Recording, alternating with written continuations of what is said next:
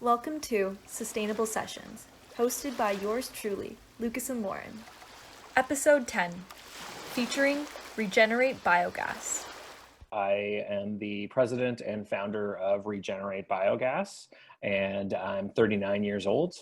And ReGenerate Biogas is a developer of organic waste solutions. And so specifically, we're focused on anaerobic digestion and biogas projects, which includes electricity or renewable natural gas. But we are also interested in and more recently started to supply technologies for processing organic waste on site rather than needing to ship it to a centralized waste processing facility. Awesome. Sweet. Yeah, and so my name is Vanessa Fiore. I'm 21 years old, and my role in the company, it's, kind of fluid, I guess. I actually joined Daniel about a year ago because I was really passionate about the on-site food waste processing technologies that he had to offer, and I wanted to pitch it to my university. And then that ended up becoming a co-op job for me during the winter. So now I've been just working with him sort of on a full-time basis, and now part-time basis during the summer to help him sort of market and scale some of the technologies that his company offers. Awesome. Yeah, that's super cool. And we definitely want to kind of get into that. So I guess we can go right into it. Sure, yeah. Can you just kind of talk about that a little bit more? Because this is definitely break it down maybe for people who wouldn't know, like a little kid kind of trying to understand Sure. this. Yeah, it's definitely a really cool topic. And when you think of the whole spectrum of climate change, this is a really unique niche. So yeah, just elaborate as much as you can on it. Okay, sure. So let me try to organize my thoughts a little bit. So first of all, the starting point or the entry point for me into this industry and in terms of climate change, the aspect of things that I'm passionate about tackling are food, waste, and energy, and essentially how they all link together. So specifically, I try to add value when it comes to the waste. And the reason for that is that organic waste, when it ends up in a landfill, is quite a potent contributor to greenhouse gas emissions. So essentially, the way that biogas is created also happens in a landfill when the organic waste ends up there, where you take the organics and then other garbage gets buried on top. Essentially, you create an oxygen-free environment within the layers of the landfill, and then bacteria start to eat the waste and release methane through their own digestive processes. So when it happens in a landfill that does not have a landfill gas capture system, that methane ends up in the atmosphere. And methane is 25 times more powerful than carbon dioxide in terms of its greenhouse gas warming potential. So that's kind of the emissions aspect that we're trying to tackle. And then the other thing with organic waste is that it's full of nutrients, which makes it an incredibly good thing to use to grow more food. If you can sort of keep it and repurpose it into the core nutrients in soil. So in the landfill, those nutrients get lost forever because they get mixed with plastic and glass and everything else, and they're just in this big hole in the ground. Whereas in an anaerobic digester, what you do is you have like a purpose-built tank. It could be made of steel, it could be made of concrete, and you load up only organic waste with some minor amount of contaminants, which tend to always be in the waste. But when you can just have only the organics in this controlled environment where you keep it the same temperature as our bodies, and you stir it around constantly, and you create an oxygen-free environment, so more or less exactly as our stomachs work, the waste will start to be digested. Rather than our bodies using the energy to keep walking around and getting through the day, the energy is captured as biogas, which is, as I said before, primarily methane. And you could use that gas for any of the same kinds of things you would use natural gas. So you could burn it in a generator to make electricity. You could clean it up, which means removing the carbon dioxide, and inject it into natural gas pipelines, where it could then be used in any number of applications, from transportation in a compressed natural gas vehicle, or heating for homes or businesses or other industrial purposes, or even power generation somewhere down the pipe. And so that's the energy component of the whole process that I get excited about is that basically you're taking something that society and many people within society call waste, and you turn it into something we all value, energy. And then the waste product of this process is fertilizer that you could then use to put back on the fields and grow some more food for next year and keep the whole circle going, as the circular economy preaches. Now, the other aspect of what ReGenerate is interested in and has to offer evolved out of my interest in anaerobic digestion and diverting organics away from landfills. And that's on-site processing technologies. And so the goal there is to just take the concept that I was talking about of diverting the waste and making energy one step further and keeping it off of a truck and making the energy right where the waste is produced for the host to use. And so through smaller scale processing technologies, the organics can be either dried, if we're talking about just a minor amount of organics like a shopping mall or a restaurant might produce, or it could be processed on site to make gas and power and heat for that host to use. And the business case supporting either of those technologies is really based upon the avoided waste management cost. Now, of course, there's a cost for these technologies and operating them, but the cost is less than the cost would be to put it on a truck and send it somewhere, depending on where the somewhere is. And so that's where regulations come and interplay with this industry very much. So right now, for example, in Ontario, there is not a regulation stopping businesses or waste management companies from taking organic waste to a landfill. So even though it's most environmentally expensive, let's call it, because of those GHG emissions and the lost nutrients, it's still economically the cheapest option. And so other jurisdictions around North America have already banned organics from going to landfill. It's kind of one of the low-hanging fruit when it comes to fighting climate change is let's keep this source out, let's minimize those methane emissions. But Ontario is on its way, it's just we're not quite there yet. So until that becomes a non-option for waste producers, it'll always be that cheapest option. And so as you guys know, of course, there are many different types of businesses in our society. And so some of them care to make the right choice and will pay a little bit extra to ensure that their organics are composted or are made into biogas, whereas others are still making a purely economic choice and it's going to landfill. But I would say, in some, it does seem like more and more businesses are choosing to separate their organics and have them managed as a separate stream, which is excellent. And so the part of that where it supports the on-site processing model is that it's more expensive to have your organics separated from the rest of your material, having a separate stream of bins in the back, and then having a dedicated service for those organics. And so once a business has committed to going down that path, we're looking to defray those costs while avoiding the GHG emissions that come from the garbage truck. So those are all diesel fueled trucks for the most part. And then it's trucked sometimes 200, maybe 300 kilometers, maybe more to get to wherever it's going, whether that's a compost facility or a biogas plant.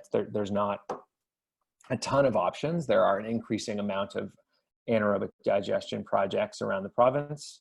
But the GHG impact of those truck miles is the big thing that we're looking to target with the on-site. And then the other aspect is really the energy that comes out of the machine. You're producing essentially green energy for yourself. So there's a reduced reliance on either fossil gas coming out of the pipe connected to your facility or grid power, which in Ontario is quite clean. It's going to get a little bit dirtier coming up when the nuclear plants are being refurbished and we have a lot of gas-fired power coming online. But nevertheless, I think Ontario, relatively speaking, has a clean power grid. So it's really about that energy offset and about keeping the organics out of the landfill. And then the other aspect where we come in and add value to the process is, as I said before, about growing food. So once the digestion process is complete, or once the dehydration process is complete with one of our other technologies, we will come and remove what's left over at the end of the process. And we will process that material a little bit further using various mechanical, biological, or thermal treatment methods, with the goal of putting it in a bag and selling it as a high value fertilizer product, whether that's to gardeners or specialty growers and greenhouse operators. The goal is really to maximize the value of this resource rather than treating it like a waste. And it's, you know, constantly a negative story in terms of lines on your income statement. It's an expense always, and you know, the GHG impact is always there, and so on and so forth. So it's really, I think, about trying to shift mindsets on one side, but really just, you know, grab at what's very much a valuable resource for us, but it's a waste for another business. And so, you know, like all other kinds of byproducts, when you can do something more productive with something somebody doesn't need, then, you know, it's a nice win. As the saying goes, one man's waste is another man's treasure.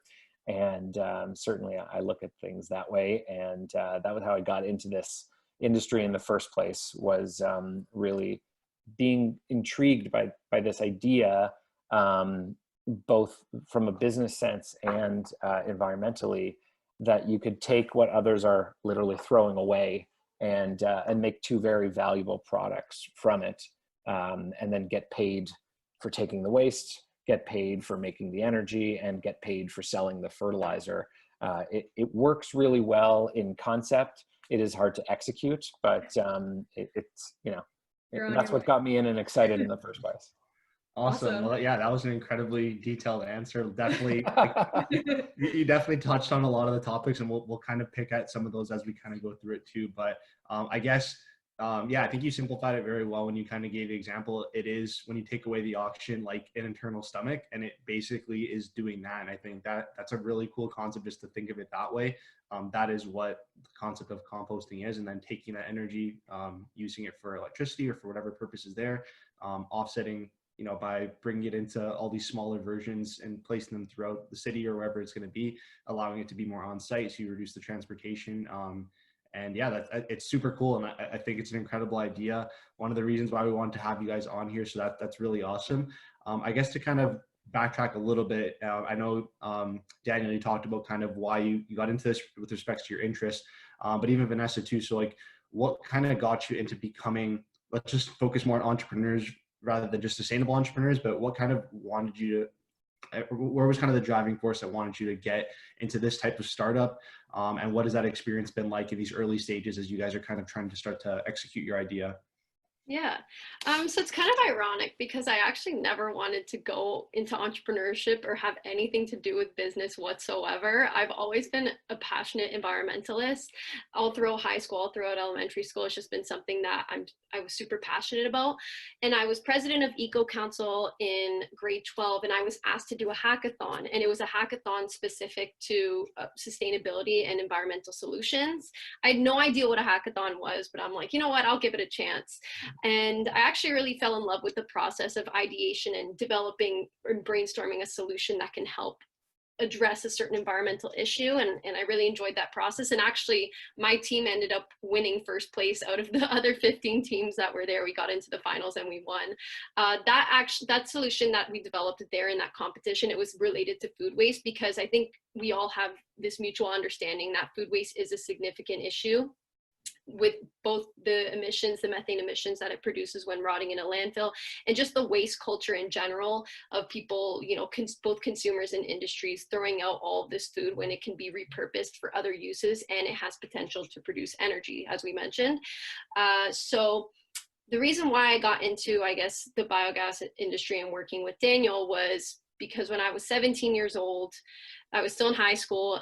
Catherine McKenna, who was the former Minister of Environment and Climate Change at the time, made an announcement of this contest that the Commission for Environmental Cooperation was running.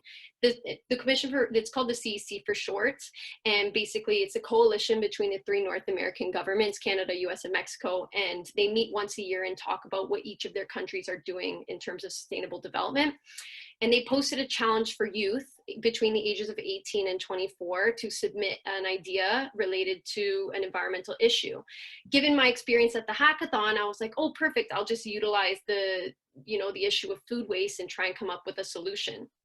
And at the time, I didn't really know that micro anaerobic digesters existed. So we developed this, this solution where we're like, oh, let's just convert food waste into energy on site, because then it'll help, avoid the emissions created from the transportation of food waste to landfills. It'll help promote a circular economy, which is, I think, a really big buzzword nowadays, especially with the UN Sustainable Development Goals. That's something that's widely discussed, which I think is great, because I think it is really important that we go in that direction. But anyways, I ended up winning that as well somehow. And it was out of 167 ideas. We got top 3. And then I wanted to continue the work. I wasn't exactly sure, I don't have any engineering expertise or business expertise, I guess, in terms of training, but I did want to continue and foster this idea that we've developed, and because I did think it was genuinely feasible, and I think it's a way of the future. So I ended up finding Daniel, because I know he runs the ZooShare project, and he sort of developed that off the ground.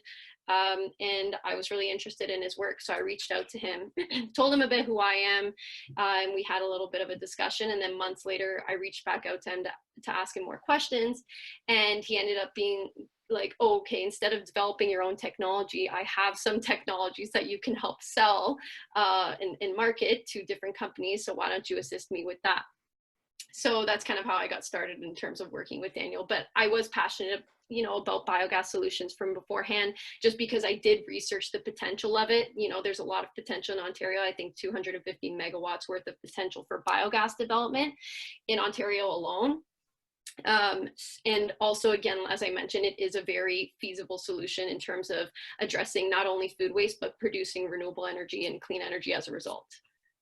That is huge. You both are just so on the ball with everything, and it's really awesome to hear how motivated you guys are. You just mentioned the ZooShare project. I don't know if Daniel, if you want to elaborate a little bit more on that. I don't know if I said that right, but how you guys kind of got in contact, what that kind of looked like for you, Daniel. Sure. So the ZooShare project is a biogas project at the Toronto Zoo that was initiated in late 2010, and it's a community-owned biogas project, which generally speaking refers to the cooperative that owns that project.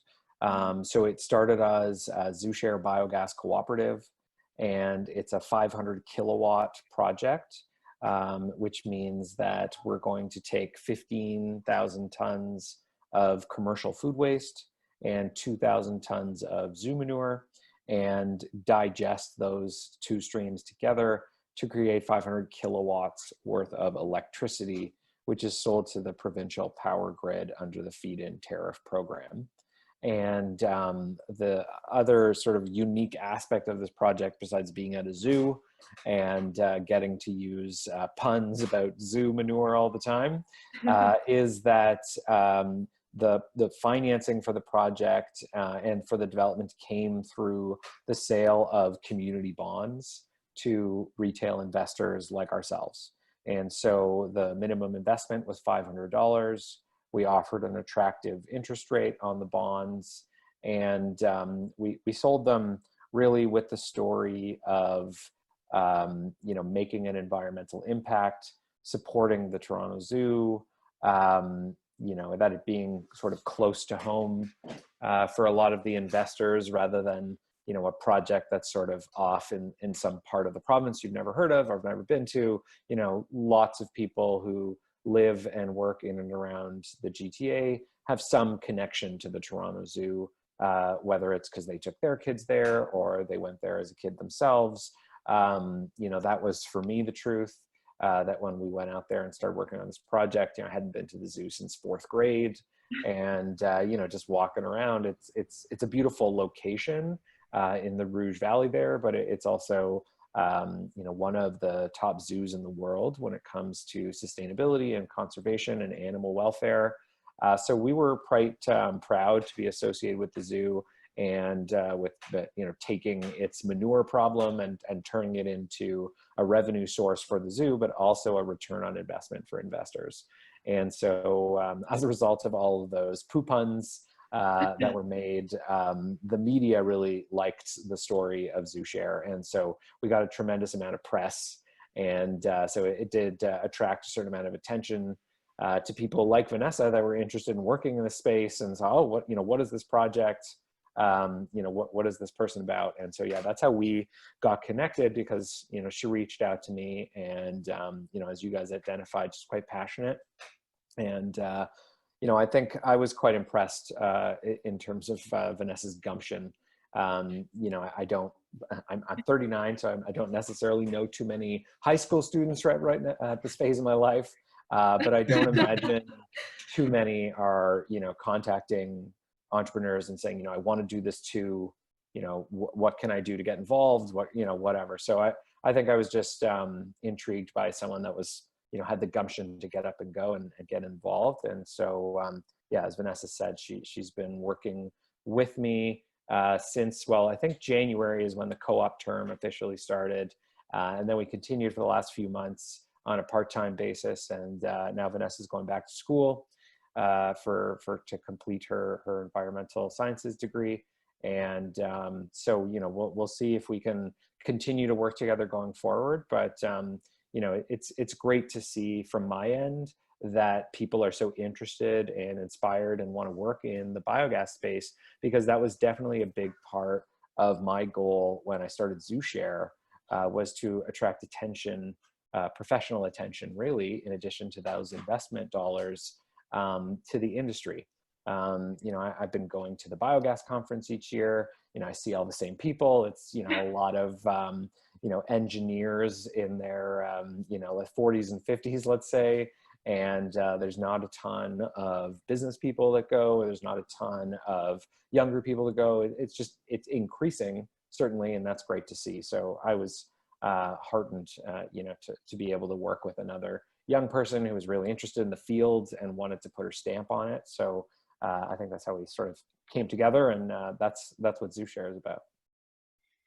Awesome. Yeah, that's incredible. And like, what a story, like, for you guys, and like everything that you guys did with the Toronto Zoo, and like, just in general, this is such a crazy topic. Like, it's something that Lauren and I want to learn more ourselves, and just to understand it a little bit more. And you guys were already sharing so much that'll, and I think a lot of consumers too, like, I had literally no idea about the zoo, and that's something, like you said, that hits so close to home, and there's so many opportunities within there that you were able to capitalize on. And I guess more from like a consumer standpoint, what's kind of like one message you think they should take away from, whether it's like composting or renewable energy? What do you think's the biggest thing that consumers should know, like, on an individual basis? Well, how do you mean what they should know?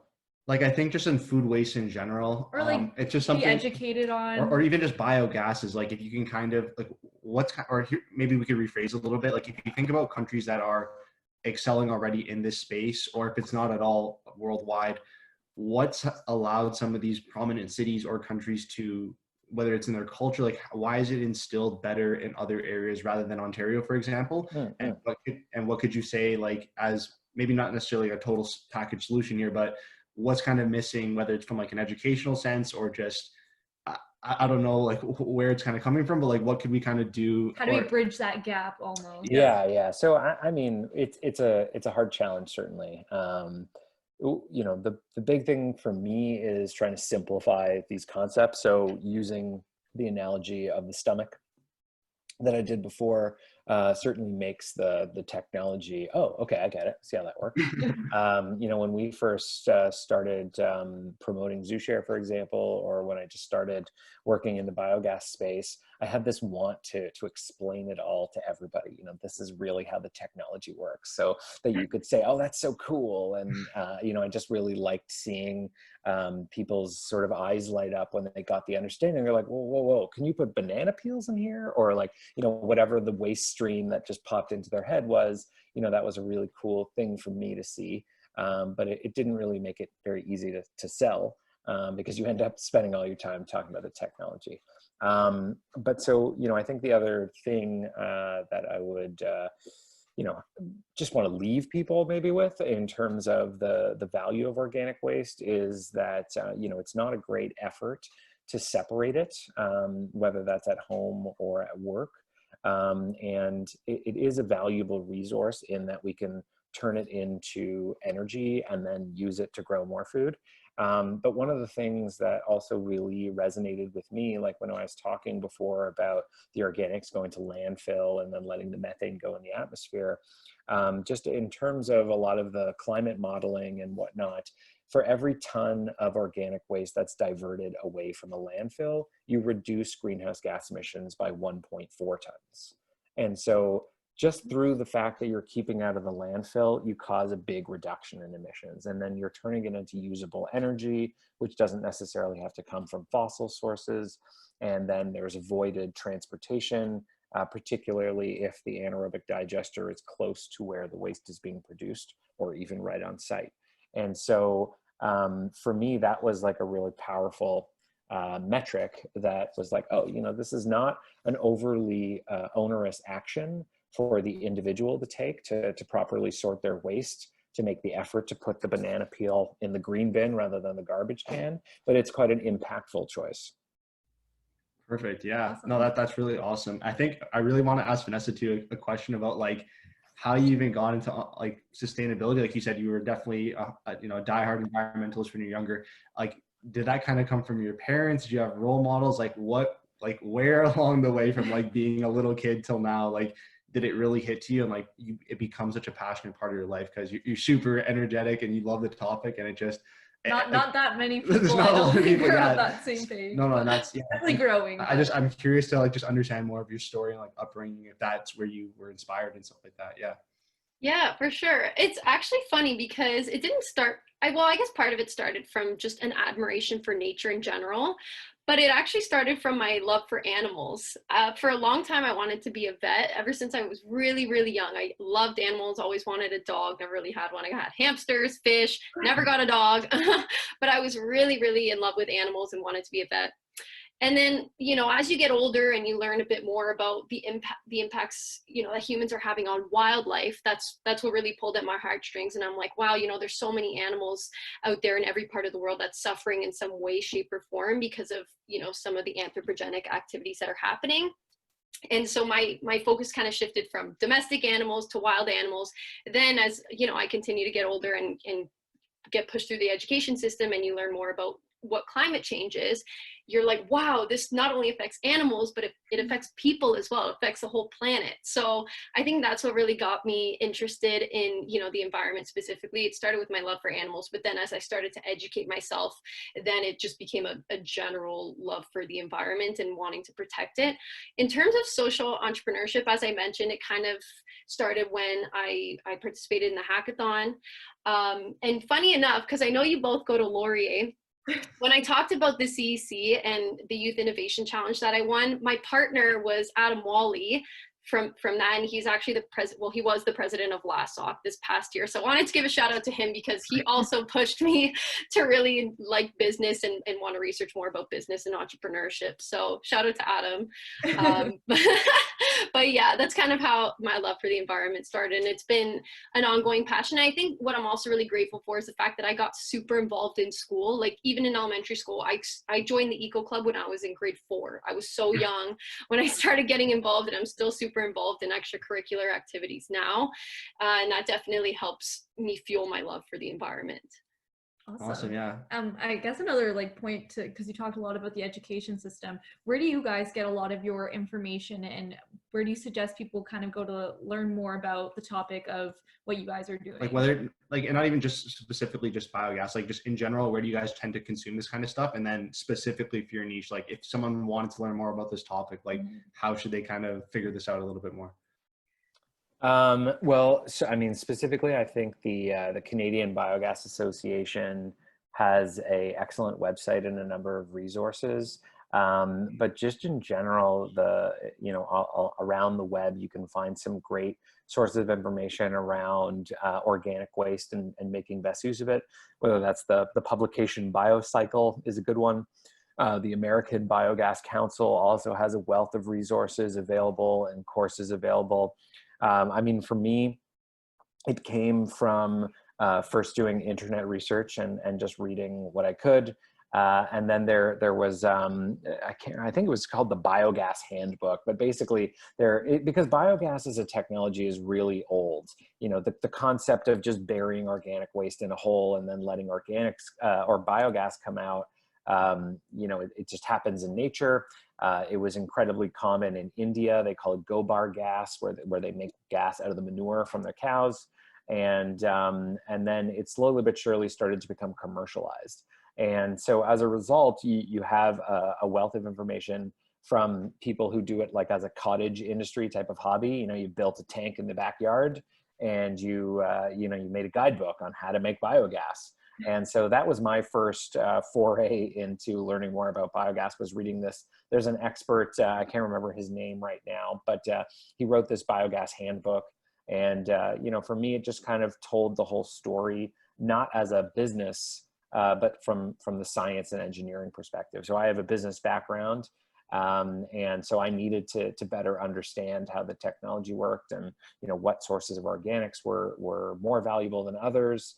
And so starting the journey there with that biogas handbook, and then going deeper with various publications and websites around the internet on anaerobic digestion. And then over time, I just even went deeper with it. So recently I picked up a book called The Worm Farmer's Handbook, because I'm quite interested in taking what comes out of the biogas plant and feeding it to worms, and then selling the output from the worms as the final product. Just because worms and their bodies do some pretty magical stuff when it comes to processing organic waste. And so, I just read books like that, and I spend time around the internet trying to see what cool stuff other people are up to. I mean, there's a lot of academics, and the increasing amount of academics that are doing research in this field, and they publish some very cool papers. But also just over the last 10 years across North America, there has been a lot more development in anaerobic digestion and a lot more investment interest in the field overall. So it's driven, both the amount of words that are out there and people speaking is increased too. So yeah, it's kind of like that I got my feet wet and learned a lot more. Awesome. Yeah. And Vanessa, if you want to continue to and even if that was really great too, even if you have some more maybe the popular type content as well too, do you have any social media channels that you would kind of recommend even too, or podcasts, or what you've learned through school, because it might be a little bit different. Yeah. Well, I was just going to suggest, one of the first things I did after I won the CEC competition and I got the seed funding to start my project, I joined a Facebook group called the Biogas Education Network. There's over 3,000 members in it from all over the world. So I think that's a good start if you really want to learn about biogas specifically. Another recommendation that I would have, again, since I know your audience is more catered towards students and university students, is to take courses related to sustainability or the environment specific to STEM, specifically related to STEM, so science, technology, engineering, and math. Not so much the math part, but I think science courses, it definitely helps you understand, how the technology works, and even not just specific to renewable energy, but climate change in general. I think it's really, really good to have that knowledge when you engage in conversations with, other people who are interested in sustainability. I'd highly recommend taking courses related to sustainability or the environment, if you have electives. Awesome. And just one more thing, because Dan, you even brought up the biogas event, that networking event. What other kind of events were you able to go to, or would you suggest people could potentially join if they not only have their own business or just want to be an individual participating at these events? If you want to speak about that. Well, I mean, I found, so in addition to the annual events put on by the Canadian Biogas Association, I'm a member of the Center for Social Innovation, and there are some great workshops or just even entrepreneurs there that can pique your interest and leave you down a rabbit hole. And so I would highly recommend checking out what's being offered through the Center for Social Innovation, especially during now in COVID times. There's a lot of virtual talks and webinars, which are much easier to join than necessarily getting to the building physically.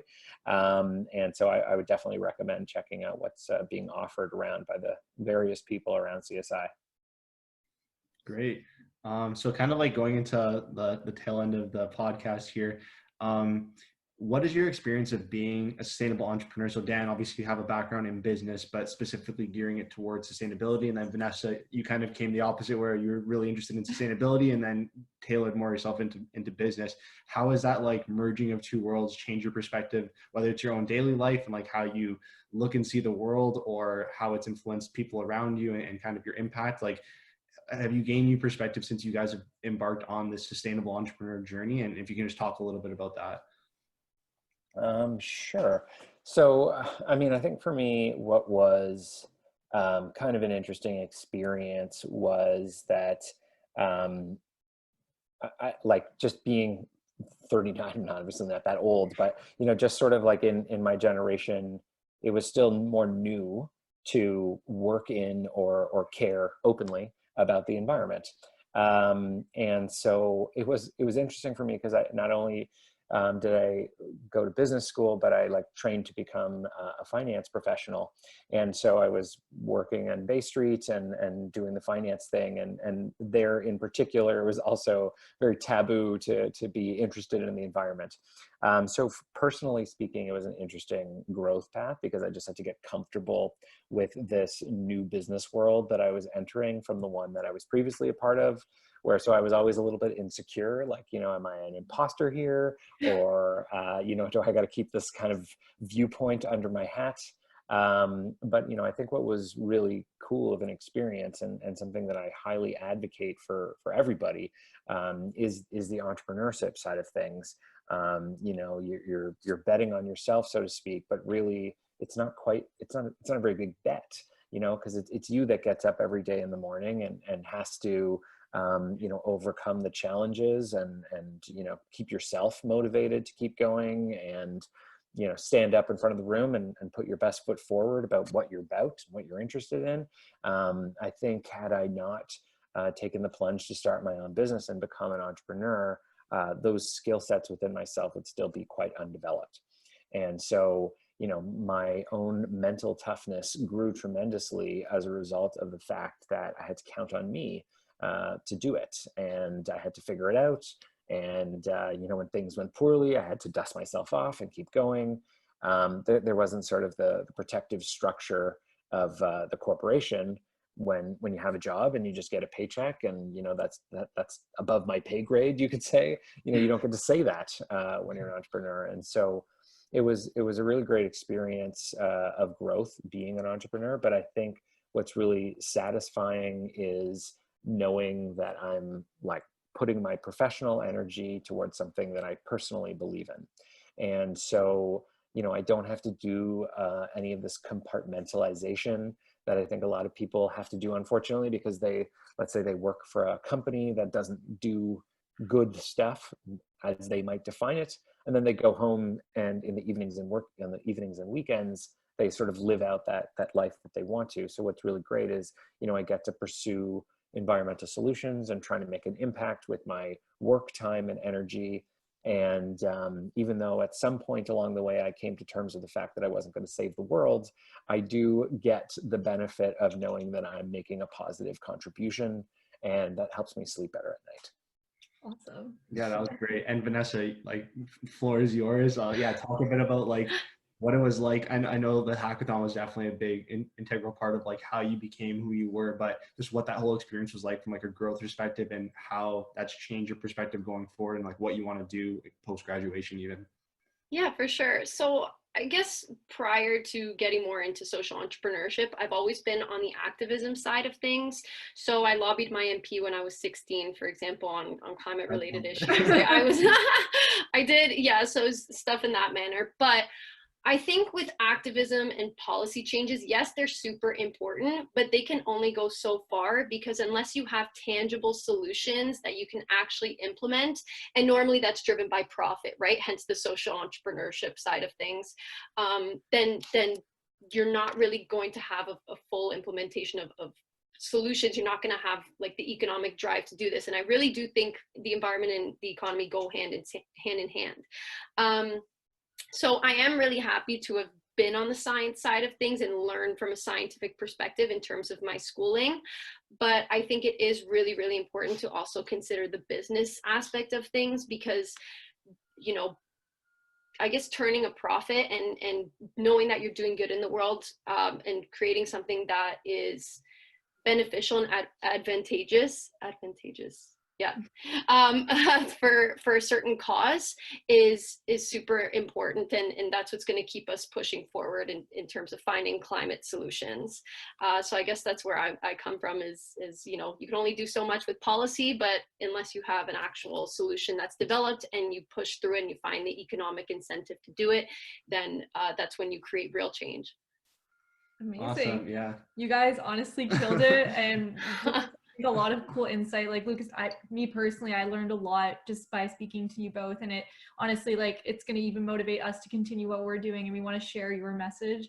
If there's any kind of like last comments you want to leave with the viewers, or maybe like a story from your business that you want to share, we can kind of wrap up with that. Or like, even if you want to talk about like some potential, you know, not to say we're only going to post a lot of this content geared towards younger generation, but obviously like they're the ones that are going to see this and be inspired from it. So if you want to leave them with like, you know, maybe if they're holding themselves back from pursuing an entrepreneurial journey, whether it's social or not, but I don't know, anything that you guys going to kind of leave the audience with, go for it. Go ahead, Vanessa. Well, I guess for myself, just always be open to opportunities and possibilities that come up. For example, if I had said no to the hackathon, I probably wouldn't have been as involved in social entrepreneurship.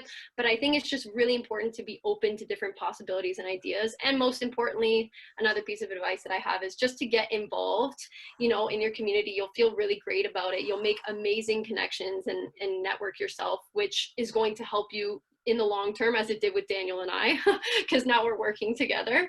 And yeah, so I think just always looking for opportunities, always being open to what doors open up for you, and reaching for those opportunities, I think is really important. That's a good one. I'm definitely going to piggyback on the open to ideas and opportunities one. I mean, one of the things that I think about sort of retrospectively when I look at the path that I had to this point is that a lot of the doors that opened for me, you know, I kept going down that path, and it led to other doors. And so, you know, my first jobs out of school were covering the utility sector. And so that's how I came to learn about electricity in general. And then it was from there that I started to study renewable electricity a lot more, and eventually met some entrepreneurs that were building businesses in something I never heard of called biogas. And so, you know, just in continuing to follow the little breadcrumbs along here, it was, you know, from paying attention, I guess, to what I was interested in that was in front of me, and trying to pursue them further. I think that I think the getting involved one is a good point too from Vanessa, and I find it funny just because when I look back at my time in school, I was just terrible about getting involved, and you know, I always say, oh, you know, what would have happened if I had only gotten involved? But you know, obviously, I'm here where I am now, taking my own journey to this point. You know, my big thing is really that I think you should pursue what you're interested in. And obviously we all have bills to pay and ambitions that aren't just monetary, but, you know, we can't, of course, ignore paying bills and needing to earn money and take care of our families. And so I think that there's a lot more business opportunity within the, generally speaking, things you're interested in than perhaps you're led to believe as you go through school, and, you know, mom and dad just tells you, you know, get a job, work hard, be good to your boss or whatever. I think that there's really a lot of opportunity out there. And what's to me really amazing about just web tools at this point is how everybody could be an entrepreneur to some extent. Of course, there's this commonly used phrase about the side hustle, but I just think as individuals, it's incredibly important that we pursue any of the things that we're interested in and try to put products or services out there and get slapped in the face a few times with failure. But know that you can handle it, and know that you've got some value. Your ideas, your products, your designs, if you can sell them easily, which you can through a lot of means now, it's incredibly empowering. And I think it's an incredible growth experience too, both the getting slapped in the face, but also the getting pat on the back and making a sale, and those kinds of things are really, they really fill you up. And so I highly recommend to anybody, if they're thinking about trying something, to just start taking the steps toward it and giving it a shot in even in a small scale way. I'm a big proponent of just taking baby steps towards what the goals you want to take, not to build it up in your mind as some gargantuan thing that's that's not my personality, or I can't do those kinds of things. I think if you just start taking those few steps towards it, you'll see that, I'm already halfway there. Might as well just keep going, or whatever it might be. So I always like to tell people to just take those first steps, give it a try, see what happens. And so that would be my parting advice here tonight. Awesome. Well, thank you guys for joining us on the podcast. Yeah, thank you for having us. Thank you so much. Thank you for taking the time to listen to this podcast. If you would like to learn more, visit us at www.last20.ca. Until next time, stay sustainable.